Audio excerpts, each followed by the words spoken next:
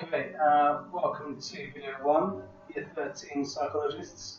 Just going to kick off by a little bit of housekeeping, just to make sure that, just to remind you guys that work will be set on Mondays, due for the following Monday. It's really important that we finish the course. Please make sure that you have looked at the recent government guidance around grades and things. Of course, we will be giving predicted grades, and then off-call we'll go through a kind of moderation process, and then there'll be final grades. So you may not end up with the grade that you want or need, and so we must complete the course in case you want to then sit in the exam later, which may be September or the following exam season. Okay, so it's really important we complete the course. So please can you make sure you check that guidance. Please can you make sure you're checking your emails regularly, and make sure you're on Teams most days. Okay, some of you have been really good in keeping in contact on Teams. Some of you not so good, and it's really important that you stay in contact over Teams. Work will be set on Go to Schools each Monday, due the following Monday, and I'll try my best to get the videos out either Tuesday or Wednesday. So, going through your work here, we've got task 1 was to do some research methods on Seneca, and that'll be kind of an ongoing task. I'm basically going to set the whole of research methods on Seneca for you to then complete over the next sort of 4 or 5 weeks. Okay, and you can sort of chip away at it as you go along. But in order for me to do that, everybody needs to join the class. Either click on the link or join the class code, which I'm just highlighting there with my cursor, and just join using that class code on Seneca. Please do that as soon as possible, otherwise I can't set the task for you guys. We're looking now at the sort of back end of aggression. We should be finishing it next week, and it says here at the bottom you're going to have a mini assessment on next Friday, the 3rd of April, which I'll tell you more details about.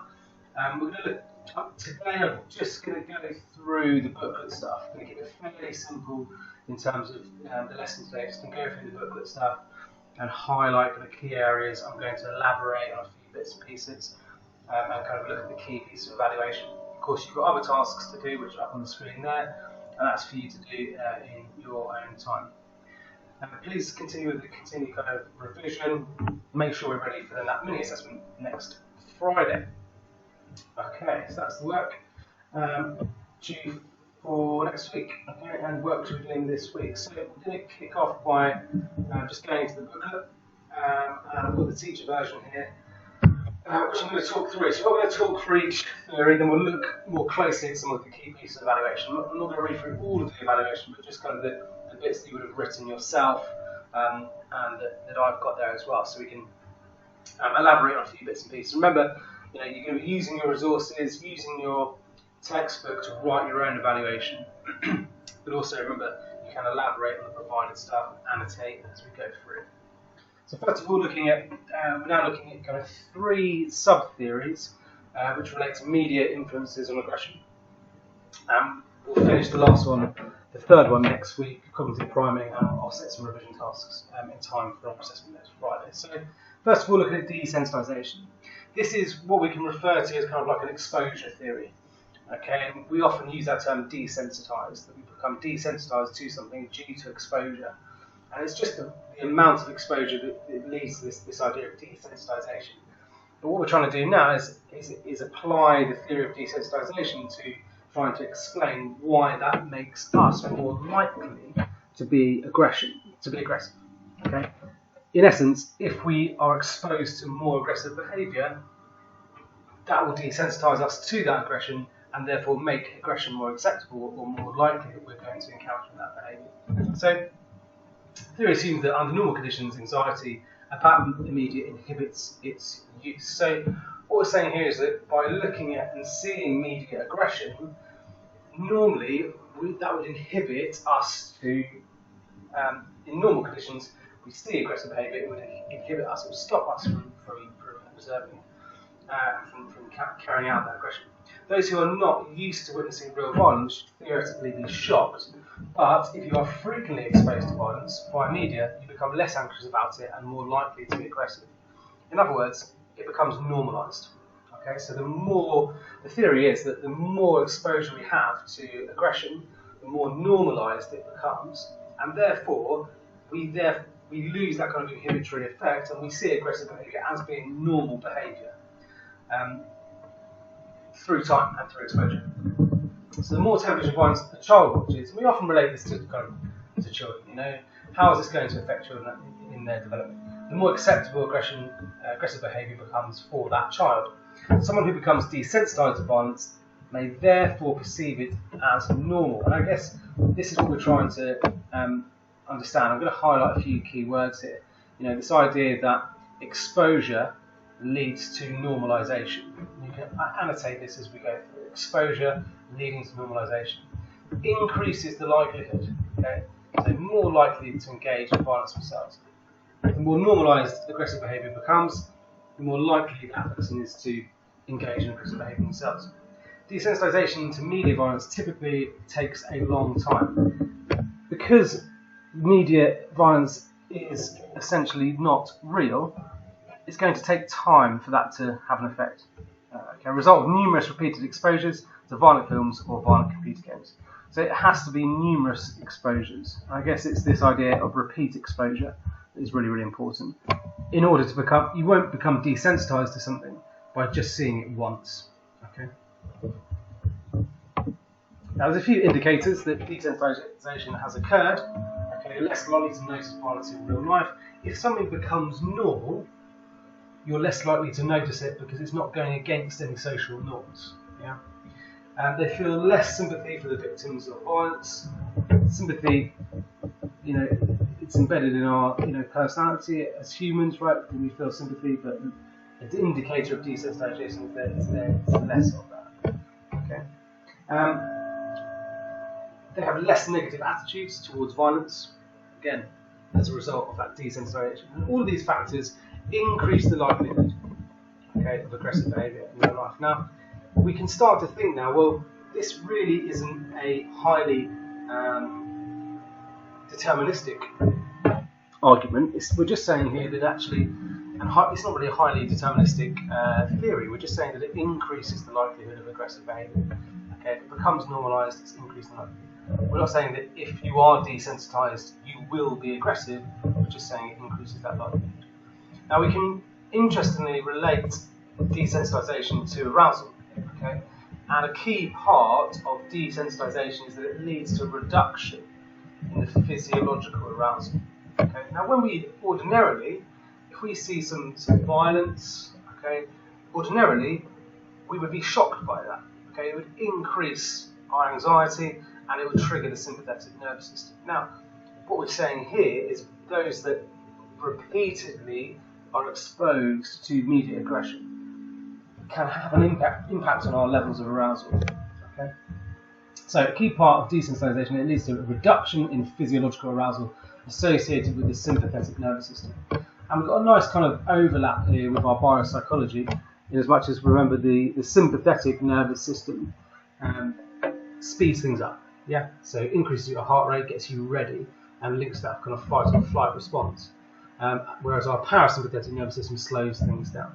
Okay, so desensitization reduces that physiological arousal, reduces the kind of sympathetic nervous system and its action.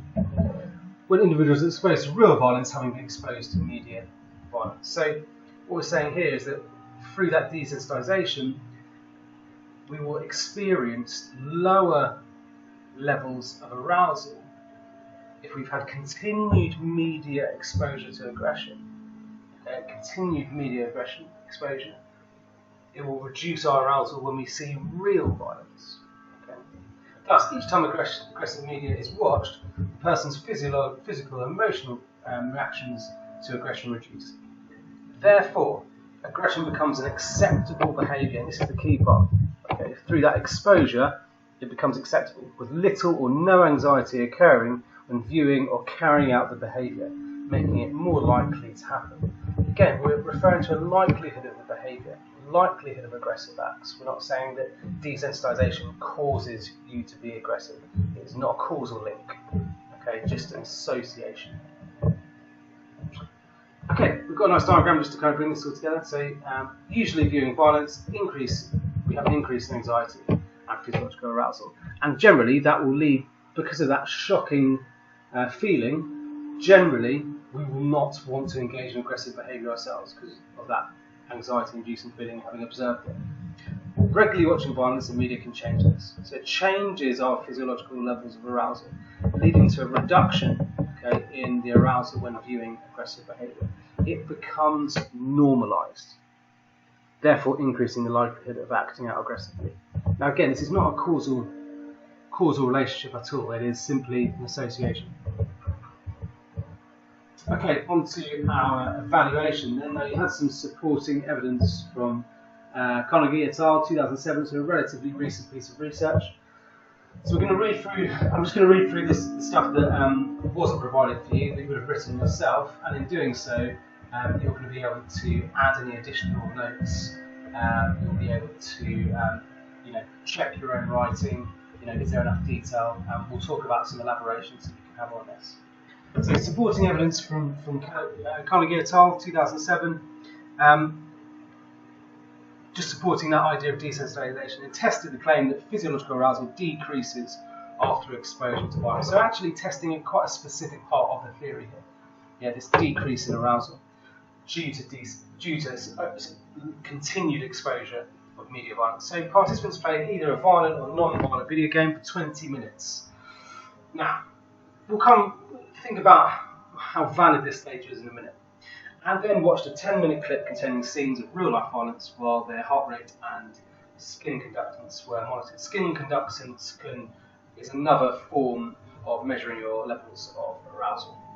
Those participants who had previously played the violent computer game had a lower heart rate and skin conductance response while viewing the filmed violence. This demonstrates physiological desensitization to the violence as predicted by this explanation. Now, we can now, if we want to, remember a couple of weeks ago we were practicing the skill of, yes, this is supportive research, but we can criticise the research, which therefore weakens the theory. Now at this point I just want you to pause the video and just think about any criticisms of this piece of research. Okay, so just pause the video and think about any criticisms of this research. Okay, now one thing we might want to think about is, first of all, it was only 20 minutes. That is not a prolonged exposure, okay, repeated exposure. It was only looking at reduced arousal in the short term. Okay, so we can question the validity of this measure of reduction in arousal. Is it long term? Is there a long-term reduction in arousal? And does that necessarily mean that they're then going to be aggressive? Okay, so yes, this is supporting evidence for a very specific part of the theory, but it doesn't allow us to explain whether there's going to be long-term effects in terms of reduction of arousal, and also whether that link to them being more aggressive later on. Okay, so we can question the external validity, therefore weakening the support for this theory. And you could use that as an additional evaluation. Okay, on to practical applications then. The strength of the practical application that arises from this research. Okay, if we know that exposure to violent media can lead to aggressive behaviour, then stricter guidelines can be put in place to stop young children accessing violent media. For example, legislation that should have an age rating will, as well as games bought in shops, or tighter guidelines on aggression shown in cartoons aimed at children. This should reduce the exposure of children to violent media, which in turn should reduce aggressive behaviour in children. So a fairly basic piece of evaluation here, and of course, there are issues with this in kind of making sure we stick to these regulations, and enforcing these regulations is particularly difficult. So that could be a counterpoint you could put in there, okay, about enforcing these regulations can be quite difficult. Okay, final piece of evaluation that you would have written yourself. This is picking up on the nature-nurture debate. Remember, in our essays and pieces of evaluation, we want to try to bring in these issues and debates. So a limitation is that by only looking at the influence of the media, it is ignoring other influencing factors on aggressive behaviour. For example, it is likely to be an interaction of nature-nurture as if the media influences aggression. Someone with a malware So the low MALTBY gene variant, as we know, is implicated in aggression, may be more interested in aggressive behaviour and seek out aggressive computer games. So we're trying to link in the kind of genetic explanation here. Okay? This is an active relationship, okay? Or they may be more easily desensitised to violent media. After all, not everyone who watches violent media is aggressive. Thus, a simple cause and effect relationship between exposure to violent media and aggression is not likely to occur. What we're trying to say here is actually there could be an interaction between the environment of what they're being exposed to and whether or not they have the MALTBY low variant, which we know is implicated in aggression. Here then we can kind of elaborate on this a little bit further and talk about that interaction between the environment and potential genetic implications such as the MALTBY low variant, which we know can explain aggressive behaviour. Okay, so what we're going to do now, we're going to pause the video. We're going to end that video now just for this particular topic. And you've got a couple of tasks to kind of bring this all together, including an essay plan as well. Okay, there we go, video 1 done. I'm going to do the same for the next topic, just to go over the kind of key pieces and give you some further elaboration. Hope you find it useful. Don't forget to hit the like button and subscribe.